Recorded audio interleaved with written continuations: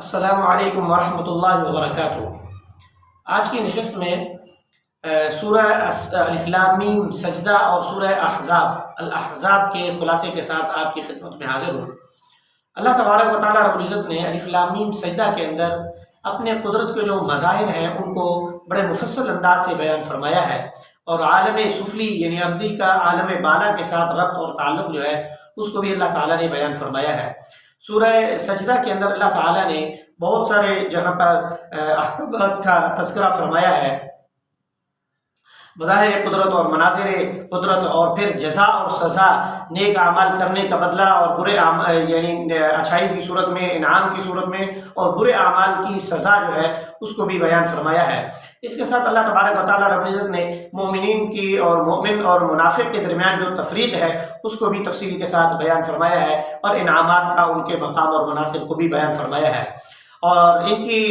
یہ دونوں برابر نہیں ہو سکتے ہیں۔ افمن کان مؤمنا کمن کان فاسقا لا یستوون، یہ ہرگز برابر نہیں ہو سکتے، مومن اور فاسق برابر نہیں ہو سکتے ہیں۔ آگے چل کے اللہ تعالیٰ نے مومنین کی صفات کو بیان فرمایا، نیک اعمال کرتے ہیں، اللہ پر ایمان لے کے آتے ہیں، اور اسی کے ساتھ ہی اللہ تبارک و تعالیٰ رب العزت نے مسلمانوں کو تہجد کی نماز کی ادائیگی کا حکم بھی دیا ہے، اور مدد اور نصرت معاونت جو ہے وہ اللہ ہی کی طرف سے ہوتی ہے، اس کا بھی تذکرہ ہوا ہے۔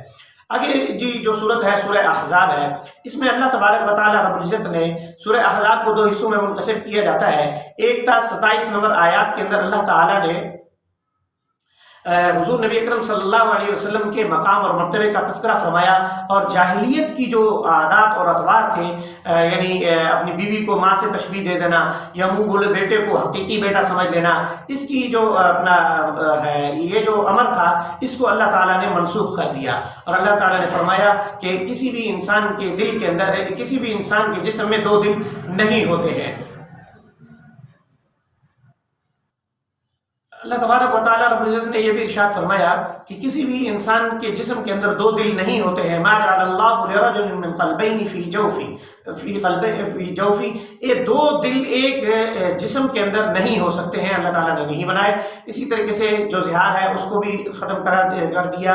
اور اس کے ساتھ ہی جو متبنہ کا امر تھا اس کو بھی بیان فرمایا۔ اس کے ساتھ اللہ تعالیٰ نے سورہ الاحزاب کے پہلے حصے میں اللہ جل شانہ نے انبیاء علیہ السلام کا جو نبی کریم صلی اللہ علیہ وسلم ہے، فرمایا کہ ان کے ساتھ مومنین جو ہے اپنی جان سے بھی زیادہ محبت رکھتے ہیں، مودت رکھتے ہیں، عقیدت رکھتے ہیں، برتری اور مقام دیتے ہیں۔ اور پھر نبی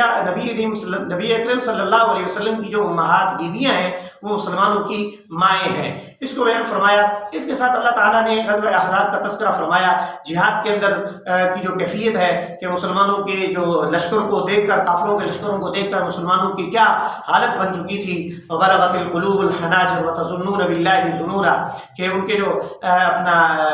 کلیجہ ہے وہ منہ کو آیا جاتا تھا، ڈر اور خوف کی وجہ سے۔ کفر کا لشکر اوپر بھی ہے، نیچے بھی ہے، چار اطراف سے انہوں نے گھیرا ہوا ہے، تو اللہ تعالیٰ نے اس کا بھی تذکرہ فرمایا ہے۔ اور پھر منافقین کی جو سازشیں تھیں، ان کے جو ہیلا بہانے تھے، وہ جو فرار اختیار کرتے تھے، کہتے ہیں کہ ہمارے گھر میں جو ہے وہ پردہ داری کا مسئلہ ہے، گھر میں ضرورت ہے، ہمارے مردوں پہ ہونے کی، ہم جانا چاہتے ہیں۔ تو اللہ تعالیٰ نے فرمایا وَمَا هِيَ بِعَوْرَةٍ إِن يُرِيدُونَ إِلَّا فِرَارًا، گھر میں پردہ داری کا کوئی مسئلہ نہیں ہے، بلکہ وہ جنگ سے راہ فرار اختیار کرنا چاہتے ہیں کافروں کے لشکروں دے کر۔ لیکن در حقیقت اللہ تعالیٰ نے اس کافروں کے لشکر کے اوپر جو ہے طوفانی آندھی مسلط کر دی، اور ان کے پاؤں کو اکھاڑ دیا۔ اللہ تعالیٰ نے مسلمانوں کی مدد فرمائی۔ اس کے ساتھ اللہ تعالیٰ نے حضور نبی اکرم صلی اللہ علیہ وسلم کی سیرت طیبہ کو مسلمانوں کے لیے، اہل ایمان کے لیے، تقوی اختیار کرنے والوں کے لیے نمونہ عمل قرار دے دیا ہے، اس کو بیان فرمایا۔ آگے چل کے اللہ تبارک و تعالیٰ رب العزت نے سورہ احزاب کی آیت نمبر 28 سے آخر سورت تک اللہ تعالیٰ نے حضور نبی اکرم صلی اللہ علیہ وسلم کی امہات المؤمنین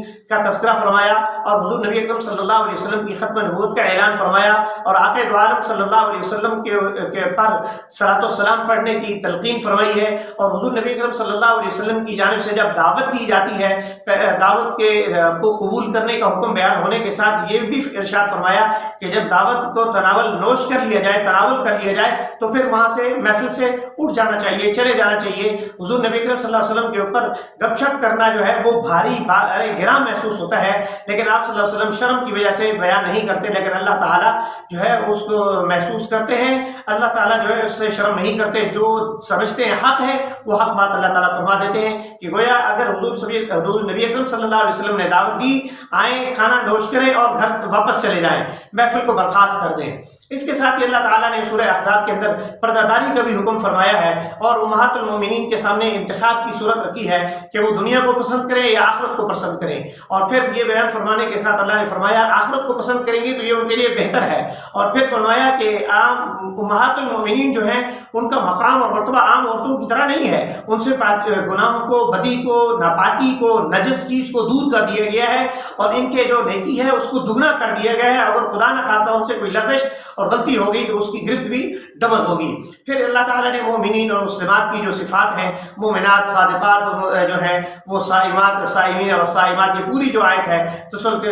تسلیمات والی آیت، اس کو اللہ تعالیٰ نے بیان فرمایا ہے۔ اور اسی کے ساتھ ہی اللہ تعالیٰ نے سورہ احزاب کے اندر جو منہ بولا بیٹا حضرت زید بن حارثہ اور حضرت زینب بنت جحش رضی اللہ عنہ کا عقد تھا، اس کے درمیان جو دراڑ پڑی تھی اور وہ منقطع ہونے پہ تھا، تو اللہ تعالیٰ نے فرمایا، حضور نبی اکرم صلی اللہ علیہ وسلم کی خواہش تھی کہ حضرت زید اس رشتے کو برقرار رکھیں، نکاح کو قائم رکھیں، لیکن حضرت زید نہیں چاہتے تھے اور وہ میاں بیوی کے درمیان معاملات اچھے نہیں تھے، تو آپ صلی اللہ علیہ وسلم کو اللہ تعالیٰ نے فرمایا ان کے درمیان طلاق ہو جائے گی، اور آپ کو لیے حلال اور جائز ہے کہ جو زمانے جاہلیت کی رسم ہے کہ منہ بولے بیٹے کی اولاد کے منہ بولا جو بیٹا ہے اس کی بیوی کے ساتھ شادی نہیں ہو سکتی، اس قبیح رسم کو، جاہلانہ رسم اور عادت کو آپ منسوخ کر دیں۔ اللہ تبارک و تعالیٰ رب العزت نے اس کا بھی تذکرہ فرمایا ہے، اور اس کے ساتھ اللہ تبارک و تعالیٰ رب العزت نے سورہ الاحزاب کے آخر کے اندر قرآن کریم کی جو مقام اور مرتبہ اور اس کی جو اہمیت ہے اس کو بیان فرمایا ہے، اور وہ جو بار گراں ہے اللہ تعالیٰ نے اس کو بیان فرمایا اِنَّا عَرَضْنَا الْأَمَانَةَ عَلَى السَّمَاوَاتِ وَالْأَرْضِ وَالْجِبَالِ فَأَبَيْنَ أَن يَحْمِلْنَهَا وَأَشْفَقْنَ مِنْهَا وَحَمَلَهَا الْإِنسَانُ إِنَّهُ كَانَ ظَلُومًا جَهُولًا۔ اللہ تعالیٰ نے ارشاد فرماتے ہیں کہ ہم نے اپنی اس امانت یعنی قرآن کریم کو پہاڑوں کے اوپر پیش کیا، آسمان پہ پیش کیا، زمین کے پہ پیش کیا، سب نے اس کو بار گراں کو اٹھانے سے معذرت کر لی کہ ہم اس بوجھ کو نہیں اٹھا سکتے، لیکن اس کو انسان نے اٹھا لیا اور ہم نے شفقت والا معاملہ فرمایا، لیکن انسان جو ہے تاریکی میں ہے اور جہالت کے اندر مبتلا تھا، اس کو اندازہ ہی نہیں ہے کہ یہ کتنی عظیم ترین کتاب ہے اور کتنی اہم ترین کتاب ہے، اور اس کتاب کے کیا تقاضے ہیں، عملی تقاضے کیا ہیں، اس کو بوجھ اٹھانے کے بعد اس کے کیا حقوق ہیں، کیا ذمہ داریاں ہیں، کیا فرائض ہیں، ان کو اختیار کرنا بھی ضروری ہے۔ صرف قرآن کو پڑھ لینا، قرآن کا ناظرہ پڑھنا، زبانی پڑھ لینا، تراویح میں پڑھ لینا یہ کافی نہیں ہے، یا گھر میں رکھ لینا کافی نہیں ہے، بلکہ اس کو عملی زندگی کے اندر بھی اختیار کرنے کی ضرورت ہے۔ اور پھر اللہ تعالیٰ نے آخر میں منافقین کی اور مشرکین کی جو سزائیں ہیں اس کا بھی تذکرہ فرمایا ہے۔ اللہ تبارک و تعالیٰ رب العزت ہمیں حضور نبی اکرم صلی اللہ علیہ وسلم کی اطاعت کرنے کی اور آپ سے آقا دو عالم صلی اللہ علیہ وسلم کو اپنی زندگی میں بطور رہنما، رول ماڈل اور ہیرو کے طور پر اختیار کرنے کی توفیق عطا فرمائے، اور اللہ تعالیٰ کے احکامات پر عمل کرنے کی توفیق بخشے۔ وما علینا الا البلاغ المبین۔